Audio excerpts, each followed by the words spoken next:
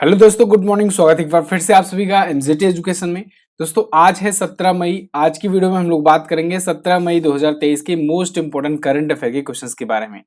और साथ ही साथ आज हम लोग करेंगे रिवीजन भी, जनवरी से रिवीजन। जैसे कि मैंने आपको कल की वीडियो में आपसे पूछा था क्वेश्चन कि क्या रिवीजन भी साथ साथ करना चाहिए, तो आप में से लगभग सभी लोगों ने आंसर किया कि हाँ बिल्कुल करवाना चाहिए रिवीजन। तो चलिए आज हम लोग क्या करेंगे कि शुरुआत में हम लोग तो करंट अफेयर पढ़ेंगे। सबसे पहले तो हम लोग शुरू करेंगे रिवीजन से, जो कि कल का रिवीजन करते हैं। तो कल का रिवीजन करने के बाद हम लोग आज की करंट अफेयर देखेंगे, टॉप 10 बहुत ही अच्छे तरीके से डिटेल के साथ पढ़ेंगे। और इसके बाद एंड में जनवरी से लेकर के दो दो दिनों का एक साथ, क्योंकि अगर एक एक दिन करूंगा तो 30-30 दिन लगेंगे पूरा कवर करने में। तो मैंने सोचा है दो दो दिनों का एक साथ आपका रिवीजन करवाया जाए वन लाइनर फॉर्मेट में। ठीक है, और बिल्कुल एक एक मिनट ही लगेगा उसके लिए, तो बिल्कुल आपको टेंशन लेने की जरूरत नहीं है। 20-22 या बहुत ज्यादा करके 23-24 मिनट तक की ही वीडियो जाएगी, बहुत लंबी नहीं करूंगा मैं। ठीक है, तो आप साथ साथ रिवीजन करते चलोगे। चलिए, तो ये तो थी जानकारी। सब्सक्राइब कर लीजिए चैनल को, रिवीजन भी साथ साथ आपका चलता रहेगा बहुत ही अच्छे तरीके से। चलिए तो शुरू करते हैं। पहला क्वेश्चन कल का रिवीजन का, क्विकली रिवीजन का। अभी ओडिशा ने दोस्तों 14 विशेष विकास परिषद बनाने की घोषणा की है अपने राज्य में। सीबीआई के नए निदेशक बन गए हैं प्रवीण सूद। और तुंगनाथ मंदिर ये राष्ट्रीय स्मारक घोषित किया गया है, उत्तराखंड में स्थित है ये। भारत के 22वें ग्रैंड मास्टर बुपला परिणीत बन गए हैं। और 14 से 19 मई को भारत और इंडोनेशिया के बीच में समुद्र शक्ति अभ्यास आयोजित किया जा रहा है। डेटा गवर्नेंस क्वालिटी इंडेक्स में शिपिंग मंत्रालय दूसरे स्थान पर रहा है। नीति आयोग ने ये रिपोर्ट जारी की है। सतत विकास लक्ष्यों की दिशा में प्रगति को ट्रैक करने वाला पहला भारतीय शहर बन गया है भोपाल। मध्य प्रदेश का शहर है, ये मध्य प्रदेश की राजधानी है। छठा हिंद महासागर सम्मेलन इस बार ढाका बांग्लादेश में आयोजित किया गया। भारतीय मुक्केबाज दीपक कुमार ने IBA mains world boxing championship में ब्रॉन्ज मेडल जीता है। भारत को कुल 3 ब्रॉन्ज मिले हैं। अंतर्राष्ट्रीय परिवार दिवस 15 मई को मनाया गया। ये टॉप 10 करंट अफेयर के क्वेश्चन थे कल की वीडियो से, जिनका आपने किया क्विकली 1 मिनट में रिवीजन। एमजेटी ऐप पर ही सब चीजें आपको मिलेंगी। पीडीएफ वगैरह बहुत लोग ढूंढने में प्रॉब्लम होती है, तो पीडीएफ क्विज सारा कुछ आपको इसी एमजेटी ऐप पर मिलेगा। तो गूगल प्ले स्टोर पर जाइए, इसको डाउनलोड करके रखिए। यहीं पर आप हमारे क्वालिटी कोर्सेज और हमारी ई बुक्स भी प्राप्त कर पाओगे। तो चलिए शुरू करते हैं आज के पहले क्वेश्चन से। हाल ही में 16 मई को निम्न में से कौन सा दिवस मनाया गया? तो देखो दोस्तों, 16 मई को दो महत्वपूर्ण दिवस मनाए गए। एक तो अंतर्राष्ट्रीय प्रकाश दिवस, इंटरनेशनल लाइट डे, और एक राष्ट्रीय डेंगू दिवस, नेशनल डेंगू डे। तो दोनों ही दिवस ये मनाए जाते हैं। दोनों के बारे में एक एक करके जानते हैं। सबसे पहले इंटरनेशनल डे ऑफ लाइट। दोस्तों, प्रकाश के महत्व के बारे में बताने के लिए, प्रकाश का क्या उपयोग है, बिना प्रकाश के सब कुछ अंधेरा ही अंधेरा है, तो उसके बारे में बताने के लिए यह दिवस मनाया जाता है। एक्चुअली में ये 16 मई को इसलिए मनाया जाता है क्योंकि 16 मई 1960 को ही एक बहुत ही फेमस फिजिक्स के साइंटिस्ट थे, थियोडोर मैमन। थियोडोर मैमन के द्वारा लेजर की टेक्निक जो है ये दुनिया के सामने रखी गई थी। लेजर का सफल संचालन इन्होंने करके दिखाया था। लेजर आप जानते हो ना, लेजर लाइट जो होती है, इसका उपयोग तो अब हथियारों में भी किया जाने लगा है, चिकित्सा में भी बहुत ज्यादा यूज किया जाता है। ठीक है, लेजर टेक्निक का। तो देखो, लेजर का इन्होंने सबसे पहले संचालन किया था 1960 में 16 मई को, इसलिए ये दिवस मनाया जाता है। लेजर का फुल फॉर्म होता है light amplification by stimulated emission of radiation. यहीं पर लेजर की जगह अगर मेजर की बात की जाए, मेजर एक मेजर होता है, तो मेजर में भी सारा कुछ यही रहेगा, बस एल की जगह एम है, तो एम की जगह पर यहां पर माइक्रोवेव कर दोगे आप, माइक्रोवेव। ठीक है, तो यानी microwave amplification by stimulated emission of radiation. चलो ये आ गया है। एक और मैं बता दे रहा हूं आपको, रडार और सोनार। रडार जो होता है इसका मतलब होता है radio detection and ranging, radio detection and ranging. और एक होता है सोनार, सोनार जो मतलब समुद्र वगैरह में ट्रैक करने के लिए यूज किया जाता है। तो सोनार का फुल फॉर्म होता है sound navigation and ranging, sound navigation, navigation and ranging. ठीक है ना। तो रडार का उपयोग खुले आसमान में लोगों को या वस्तुओं को ट्रैक करने के लिए, उनकी दूरी जानने के लिए, और सोनार का समुद्र में यूज किया जाता है। चलिए, ये तो एक्स्ट्रा जानकारी थी। अब डेंगू दिवस पर आते हैं। डेंगू दिवस भी दोस्तों 16 मई को मनाया जाता है, लेकिन ये राष्ट्रीय डेंगू दिवस है, ध्यान रखिएगा। राष्ट्रीय डेंगू दिवस ये डेंगू के बारे में अवेयरनेस फैलाने के लिए मनाया जाता है। ठीक है, डेंगू वायरस 4 टाइप के इसके सीरोटाइप होते हैं। डेनवी के 4 टाइप के सीरोटाइप होते हैं। डेन 1, डेन 2, डेन 3 और डेन 4। ध्यान से समझते जाइएगा। देखो, डेंगू जो है ना, 4 टाइप के इसके वायरस होंगे, और लेकिन इसकी वजह से डायरेक्टली ये वायरस मनुष्य के पास नहीं पहुंचते हैं। इन वायरस से पहले संक्रमित होते हैं मच्छर। कौन से मच्छर? मादा एंडीज इजिप्टी मच्छर। अब ये मच्छर जो हैं, ये संक्रमित होने के बाद ये जाते हैं, व्यक्ति को काटते हैं, और उसके बाद होता है डेंगू। ठीक है, ऐसे मलेरिया के केस में, मलेरिया में होता है प्लाज्मोडियम नाम का परजीवी होता है, और फिर वो जाकर मादा एनाफिलीज मच्छर को काटता है, मतलब मच्छर उससे संक्रमित होता है, और फिर वो मच्छर जाकर के मादा एनाफिलीज मच्छर जो होती है वो मनुष्यों को काटते हैं, तो इसके बाद से होता है मलेरिया।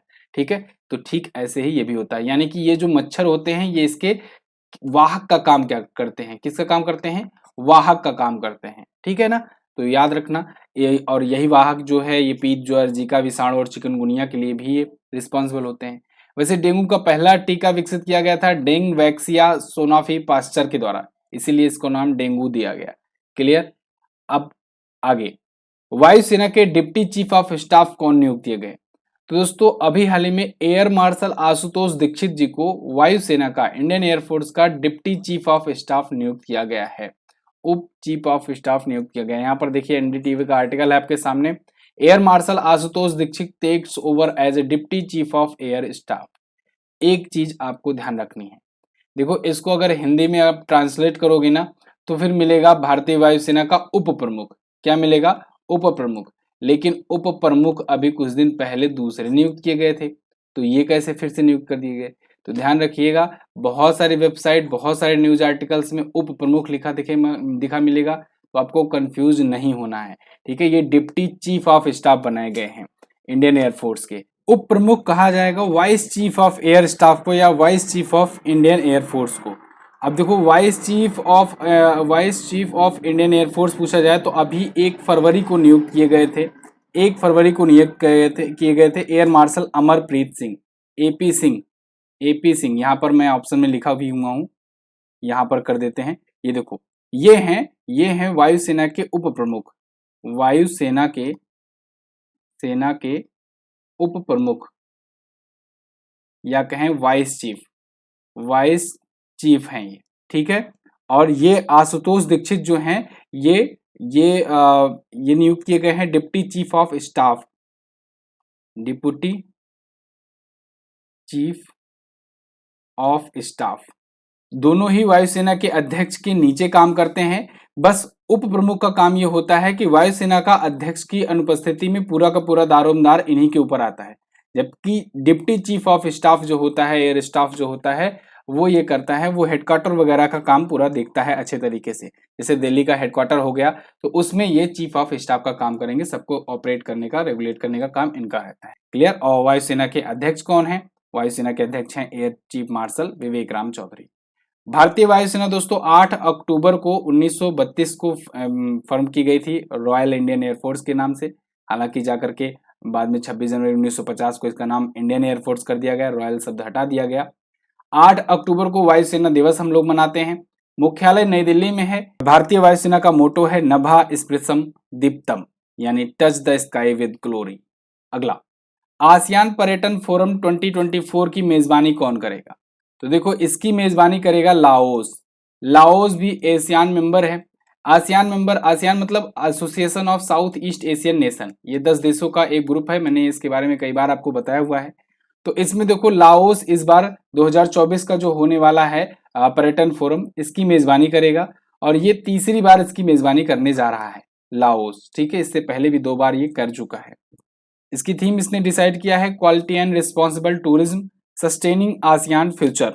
अच्छा, अभी कुछ दिन पहले ही मैंने आसियान समिट के बारे में आपको बताया था, जो 42वां आसियान शिखर सम्मेलन हुआ था उसके बारे में आपको बताया था।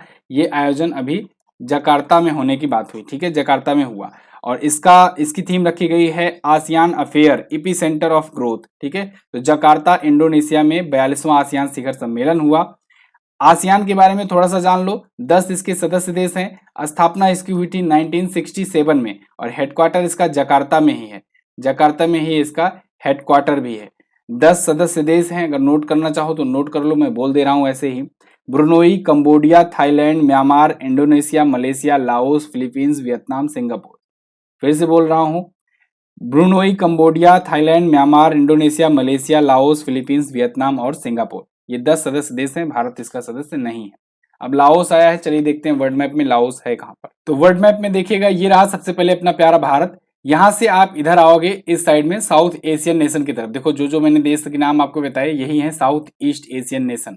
ठीक है, साउथ ईस्ट एशियन नेशन के ये जो ग्रुप हैं इन्हीं को आसियान मेंबर्स कहते हैं। और यहीं पर एक देश दिखेगा आपको, ये रहा लाओस, ये रहा लाओस। ठीक है, और विंतियाने इसकी कैपिटल है जो कि यहाँ पर स्थित है, इसकी थाईलैंड के बिल्कुल करीब में। तो लाओस में ही ये होगा अगली बार पर्यटन सम्मेलन।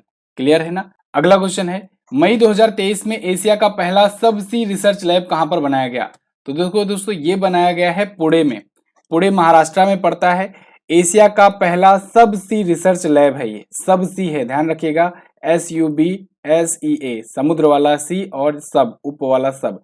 तो ये सबसी रिसर्च सेंटर लैब बनाया गया है MIT वर्ल्ड पीस यूनिवर्सिटी में। ठीक है, तो ये वर्ल्ड पीस यूनिवर्सिटी MIT कहाँ पर है? पुणे में है। और वहीं पर ये पहली बार, एशिया में पहली बार सबसी बनाया गया है। ये क्या करेगा? ये तेल और गैस उद्योग को बढ़ावा देगा। उसके लिए एक ट्रेनिंग सेंटर टाइप का होगा, यहाँ पर लोग जा करके सीख सकेंगे, प्रशिक्षण ले सकेंगे, जिससे गैस और तेल के जो सेक्टर हैं उसमें एजुकेशन को बढ़ावा मिलेगा, एजुकेट किया जा सकेगा। ठीक है, तो ये होगा पहली बार, एशिया में पहली बार कि सबसी नाम का एक रिसर्च लैब बनाया जा रहा है। ये बेसिकली रिसर्च लैब है। ठीक है ना, तो पुणे में वर्ल्ड पीस यूनिवर्सिटी में बनाया जा रहा है। अगला, हाल ही में ड्यूरोप्लक्स के नए ब्रांड एम्बेसडर कौन बने? तो ड्यूरोप्लेक्स ने अपना ब्रांड एम्बेसडर बना दिया है विराट कोहली को। यहां पर देखिए आर्टिकल है, Duroplex announce Virat Kohli as a new brand ambassador. Virat Kohli तो आप जानते ही हो, भारतीय टीम के पूर्व कप्तान और भारतीय क्रिकेट टीम के खिलाड़ी हैं। विराट कोहली भारत के सबसे अमीर एथलीट हैं ये। ठीक है, सबसे ज्यादा फॉलो किए जाने वाले एथलीट हैं ये। और ये बहुत सारे और भी ब्रांड के ब्रांड एम्बेसडर हैं, जैसे प्यूमा के, MRF टायर के, मान्यवर के, मिंत्रा के, उबर, MPL, अमेरिकन टूरिस्टर, वीवो और भी बहुत सारी इनकी लिस्ट है जिसके ये ब्रांड एम्बेसडर हैं। यही वजह है कि भारत के ये सबसे ज्यादा अमीर सेलिब्रिटी हैं। क्लियर है ना। अच्छा, अभी एक सेलिब्रिटी की वैसे ये लिस्ट आई थी जिसमें रणवीर सिंह ने 6 सालों के बाद इनको पीछे कर दिया था। उसको अगर छोड़ दें तो बाकी सब मामलों में यही सबसे अमीर सेलिब्रिटी रहा करते थे। ठीक है, अगला, हाल ही में किसने मोबाइल ऐप मेरी लाइफ लॉन्च किया? तो मेरी लाइफ नाम से मोबाइल ऐप लॉन्च किया है दोस्तों भूपेंद्र यादव जी ने। केंद्रीय मंत्री हैं भूपेंद्र यादव और मेरी लाइफ नाम से इन्होंने एक ऐप लॉन्च किया है। देखिए यहाँ पर है मेरी लाइफ ऐप। ठीक है, तो भूपेंद्र यादव जी ने इसे लॉन्च किया है। ये क्या करेगा? ये हेल्प करेगा create a structured way to track the progress being made on mission life. Mission life का को ट्रैक करना कि उसका प्रोग्रेस क्या चल रहा है, किस तरीके से चल रहा है। दोस्तों, मिशन लाइफ को अनाउंस किया था PM मोदी ने केवड़िया गुजरात में, अभी 20 अक्टूबर 2022 को, पिछली साल। पर्यावरण के लिए जीवन शैली की शुरुआत के लिए इन्होंने अनाउंस किया था। साथ ही साथ COP26 में भी इसके जिक्र किया गया था। इसमें बताया गया था कि फालतू का यूज ना करो मोबाइल वगैरह का, या फिर जो भी चीजें हैं पर्यावरण के लिए अगर कुछ कर पाओ तो वो करो। तो ये मिशन लाइफ एक प्रकार का पूरा लंबा चौड़ा प्रोग्राम है जिसके तहत एक प्रकार से संदेश दिया जाता है लोगों को। तो केंद्रीय मंत्री भूपेंद्र यादव जी ने इसको ट्रैक करने के लिए मेरी लाइफ नाम से एक मोबाइल ऐप लॉन्च किया है। ये पर्यावरण, वन और जलवायु परिवर्तन मंत्री हैं। आगे, 76वां कांस फिल्म फेस्टिवल कहां पर आयोजित किया गया? तो देखो 76वां कांस फिल्म फेस्टिवल शुरू हो चुका है, फ्रांस में आयोजित किया जा रहा है। और देखो कांस फिल्म फेस्टिवल एक प्रकार से दुनिया के सबसे बड़े जो फिल्म फेस्टिवल्स है ना उनमें से एक गिना जाता है। जैसे ऑस्कर फिल्म फेस्टिवल होता है। ठीक है, फिल्म फेस्टिवल मतलब फिल्म महोत्सव, वहां पर कई प्रकार की जो फिल्में होती हैं उनको अवार्ड दिए जाते हैं कई सारी कैटेगरीज में। ठीक है, भारत में भी होता है, जैसे फिल्म फेयर होता है भारत में। इसके अलावा दादा साहब फाल्के इंटरनेशनल फिल्म पुरस्कार होता है। इसके अलावा राष्ट्रीय फिल्म पुरस्कार दिए जाते हैं। ठीक है ना, बहुत सारे फिल्म पुरस्कार भारत में भी दिए जाते हैं। और इंडिया इंटरनेशनल फिल्म फेस्टिवल होता है। तो ऐसे ही यहाँ पर होता है कांस फिल्म फेस्टिवल फ्रांस में। जैसे बाफ्टा होता है कहाँ पर? ब्रिटेन में। बाफ्टा कहाँ पर होता है? ब्रिटेन में होता है। ठीक है, ऐसे ही यहाँ पर कांस फिल्म फेस्टिवल होता है। तो अभी ये शुरू हुआ है, चलेगा, लंबा चलेगा। 16 तारीख से शुरू हुआ है, 27 तारीख तक चलेगा। इसकी शुरुआत 1946 से हुई थी। देखो बहुत पुराना ये इवेंट है, 1946 से ये शुरू किया गया था और इसी में पाम डियोर खिताब दिया जाता है। तो 27 मई तक पता लग जाएगा कि किसे पाम डियोर खिताब मिला इस बार का। तो इस बार का ये 76वां संस्करण है, ठीक है ना, 76वां संस्करण है 2023 का। चलिए आगे देखते हैं। राष्ट्रीय होम्योपैथिक सम्मेलन होमोकॉन 2023 का उद्घाटन कहां पर किया गया? तो इसका उद्घाटन किया गया दोस्तों अभी देहरादून में। देहरादून में दून यूनिवर्सिटी है, दून यूनिवर्सिटी, उसमें इसका उद्घाटन किया गया है। ये नेशनल होम्योपैथिक समिट था, होमोकॉन नाम से, और इसका उद्घाटन किया है वहां के जो सीएम है पुष्कर सिंह धामी जी, उत्तराखंड के सीएम पुष्कर सिंह धामी ने इसको इनॉग्रेट किया है। क्लियर? एएनआई का आर्टिकल आपके सामने है। अच्छा, होम्योपैथी जो है ये दुनिया में दूसरी सबसे ज्यादा प्रचलित चिकित्सा करने वाली प्रणाली है। होम्योपैथी की खोज किसने की थी? सैमुअल हैनीमैन ने, सैमुअल हैनीमैन ने, ठीक है ना, और इसी वजह से इसका नाम रखा गया होम्योपैथी, इन्हीं के नाम से निकला है। इसका दिवस मनाया जाता है 10 अप्रैल को। अभी पिछले महीने हम लोगों ने पढ़ा था विश्व होम्योपैथी दिवस 10 अप्रैल को, इन्हीं की जयंती के अवसर पर, ठीक है, मनाया जाता है, याद रखना ये भी। अच्छा, इसके लिए भारत में भी एक मंत्रालय है, आयुष मंत्रालय। आयुष मंत्रालय जो ऐसी चिकित्सा को बढ़ावा देता है, जैसे जैसे ए फॉर होता है आयुर्वेदा, वाई फॉर योग चिकित्सा, यू फॉर यूनानी चिकित्सा, एस फॉर सिद्धि चिकित्सा और एच फॉर होता है होम्योपैथी चिकित्सा। इसके मंत्री कौन है? सर्वानंद सोनोवाल। सर्वानंद सोनोवाल जो है, सोनोवाल, ये इसके मंत्री हैं। वैसे ये जहाजरानी और बंदरगाह मंत्रालय भी देखते हैं, बंदरगाह मंत्रालय भी देखते हैं, और आयुष मंत्री भी हैं, आयुष मंत्री भी हैं। ये जो भी चीजें हैं लिंक कर करके पढ़ने का जो तरीका है ना, इसको आप करना शुरू कर दो, इसी में भलाई है और इसी में मजा है, ठीक है ना। करंट अफेयर आपका बहुत आसान हो जाएगा। आगे, 27वां ला लीगा खिताब किसने जीता? इसको जीत लिया है दोस्तों बार्सिलोना ने। देखो, बार्सिलोना से लियोनल मेसी गए, लियोनल मेसी गए, ठीक है ना, और देखो तब भी इसने जीत का सिलसिला जो है बरकरार रखा। लियोनल मेसी चले गए, कहां चले गए? ये गए Paris Saint Germain, Paris Saint Germain join कर लिए, लेकिन फिर भी इनकी टीम ने जीत दर्ज कर लिया। देखो, ला लीगा खिताब जीत लिया है। ला लीगा बेसिकली एक क्लब टूर्नामेंट होता है, क्लब टूर्नामेंट, क्लबों के बीच में टूर्नामेंट जो होता है, ठीक है। तो बहुत सारी टीमें इसमें खेलती हैं और इसमें देखो बार्सिलोना की टीम ने 27वीं बार जीत लिया है ये खिताब, ठीक है। पहली बार जीता है मेसी के बाहर होने के बाद। और एक चीज और, 123 साल पुराना ये क्लब है, तो क्लब बहुत पुराना है। 27वीं बार जिसमें इसने खिताब जीता हुआ है, बार्सिलोना फुटबॉल क्लब। एक और नाम आपको याद आता है जब भी फुटबॉल की बात होती है, क्या नाम होता है? Cristiano Ronaldo. रोनाल्डो दोस्तों जो हैं, क्रिस्टियानो रोनाल्डो जो हैं, ये पहले रियल मैड्रिड से खेलते थे और उसको इन्होंने भी छोड़ दिया। ये उसको छोड़ करके अल नासर से खेलने चले गए, अल नासर से। अब अल नासर जो है ये सऊदी अरब की एक टीम है और उसने रोनाल्डो को खरीदा है, अब वो वहां से खेलेंगे। तो दोनों खिलाड़ी जो है, मशहूर खिलाड़ी, वो छोड़ दिए अपनी अपनी टीम को, पुरानी टीमों को। वैसे अभी लियोनेल मेसी को फुटबॉलर ऑफ द ईयर का अवार्ड मिला था। लियोनेल मेसी ने ही अर्जेंटीना जो उनका देश है, अपने देश को इन्होंने 2022 का फीफा वर्ल्ड कप जिताया, ठीक है, फीफा वर्ल्ड कप जिताया इन्होंने, याद रखिएगा। फीफा क्लब विश्व कप की बात करें तो रियल मैड्रिड जीता था, रियल मैड्रिड फीफा क्लब विश्व कप जीता था इस बार का, ठीक है ना। ये सारी जानकारियां आप याद रखेंगे। फीफा वर्ल्ड कप अर्जेंटीना जीता है। अगला, हाल ही में 26वीं बार एवरेस्ट फतह करने वाले दूसरे व्यक्ति कौन बने? तो दोस्तों वो बन गए हैं पसांग दावा शेरपा। देखो, 26वीं बार एवरेस्ट को इन्होंने फतह किया है और ऐसा करने वाले दूसरे व्यक्ति बन गए हैं। अब तुरंत दिमाग में आएगा पहले कौन है? पहले हैं कौमी रीता, ठीक है ना, पहले व्यक्ति ये हैं। दूसरे हैं पसांग दावा शेरपा। पसांग दावा शेरपा 1998 में पहली बार ये गए थे, चढ़ाई किए थे माउंट एवरेस्ट पर, और उसके बाद से लगातार लगभग हर वर्ष ये चढ़ाई करते ही करते हैं। 2022 में तो अभी ये 2 बार एक ही साल में चढ़ाई कर लिए थे। ये लोग चढ़ाई इतना क्यों करते हैं? आपके दिमाग में आएगा सवाल। चढ़ाई इसलिए करते हैं क्योंकि यही है भैया गाइड, ठीक है ना, ये होते हैं गाइड। जैसे आप कोई जगह जाते हो घूमने, तो उस जगह के बारे में वहां पर गाइड कुछ खड़े होते हैं जो आपको ले जाकर के पूरा समझाते हैं, बताते हैं कि हाँ चलो ये इमारत किसने बनवाई थी, या उस टाइम पर क्या होता था, या कौन सी शैली में ये दीवार बनी है, छत कौन सी शैली में बनी है। वो चीजें जो बताते हैं, उसकी डिटेलिंग करते हैं, उन्हें कहते हैं गाइड, ठीक है ना, जो आपको गाइड करते हैं। ऐसे ही माउंट एवरेस्ट पर जब चढ़ना होता है ना, तो गाइड की जरूरत होती है जो प्रॉपर तरीके से सही रास्ता आपको बताएगा कैसे चढ़ाई करना है, तो गाइड लेकर जाते हैं लोग। तो गाइड में इन शेरपाओं को ले जाया जाता है। शेरपा बेसिकली वहां पर एक प्रकार के वहां के लोग हैं, नेपाल के लोग होते हैं, और शेरपा का बहुत सारे योगदान रहा है इंडियन आर्मी में भी, आप जानते हो शेरपा काफी मदद करते हैं। तो फिलहाल ये लोग गाइड है, ठीक है, तो गाइड है तो गाइड के रूप में ये जाते हैं। अब माउंट एवरेस्ट वगैरह छोटी चीज तो है नहीं कि रोज जाकर के एक चक्कर लगाओ, ये साल भर में एक आध बार चढ़ाई हो जाए ये भी बहुत बड़ी बात होती है, ठीक है। तो कौमी रीता जिनके नाम सबसे ज्यादा है, 26 बार का रिकॉर्ड, ये एक बार फिर से लगाए हुए हैं, ठीक है, क्योंकि 27वीं बार ये चढ़ाई करने जा रहे हैं। अच्छा एक चीज और, चढ़ाई करने से पहले कुछ दिनों की ट्रेनिंग होती है, ठीक है, कुछ दिनों की भी, कुछ महीनों की ट्रेनिंग होती है, तब पता चलता है आपका गाइड कौन है, कितने लोग रहेंगे, उनका मेडिकल हेल्थ चेकअप सब कुछ होता है, तब जाकर चढ़ाई की जाती है।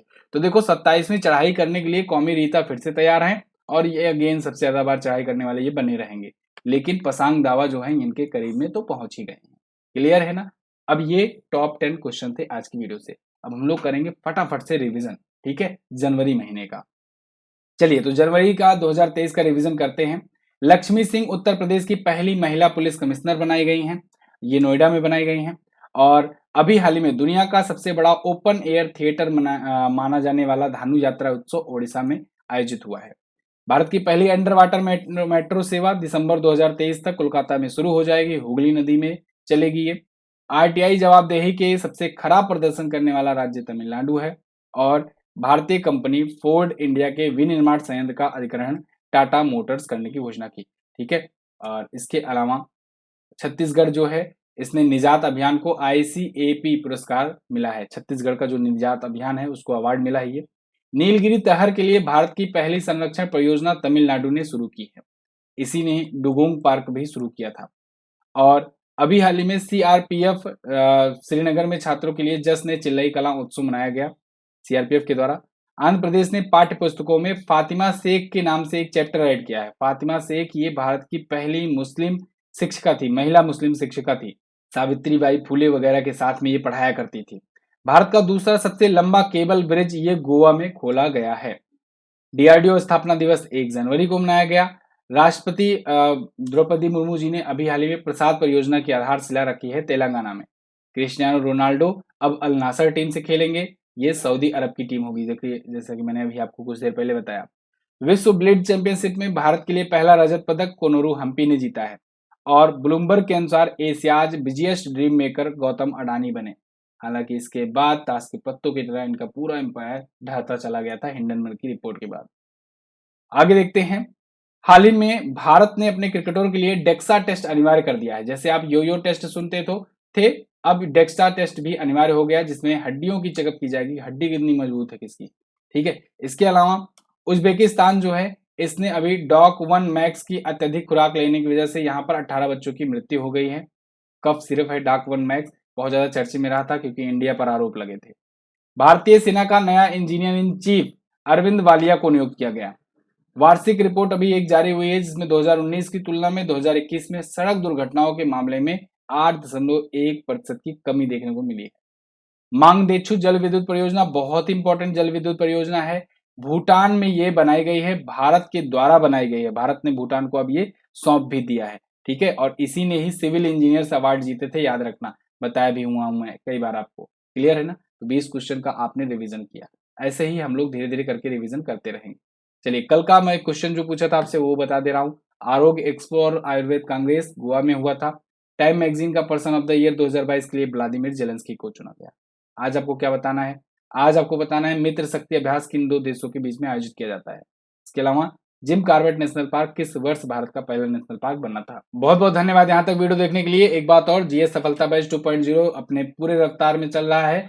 बैच 15 मई से स्टार्ट हो चुका है। और हाँ, ये मत सोचना कि ये केवल और केवल वनडे एग्जाम के लिए है। आरओ एआरओ वगैरह की भी अगर आप तैयारी कर रहे हो ना, बड़े लेवल के एग्जाम की, तब भी आपको ये बहुत ही मदद करेगा। बहुत ही डीप जा करके आपको पढ़ाया जा रहा है, बहुत ही अच्छे तरीके से, और सब कुछ समझ में भी आएगा, ये मेरी गारंटी है, ठीक है। तो आप चाहे किसी भी एग्जाम की, किसी भी लेवल के एग्जाम की तैयारी कर रहे हो, आप इसको ले सकते हो। चलिए एमजेटी ऐप पर संपर्क कीजिएगा इसको लेने के लिए, वहीं पर आपको क्विज वगैरह भी मिलेगी। चलिए बहुत बहुत धन्यवाद, मिलेंगे अगली वीडियो में, तब तक के लिए नमस्कार, जय हिंद, वंदे मातरम।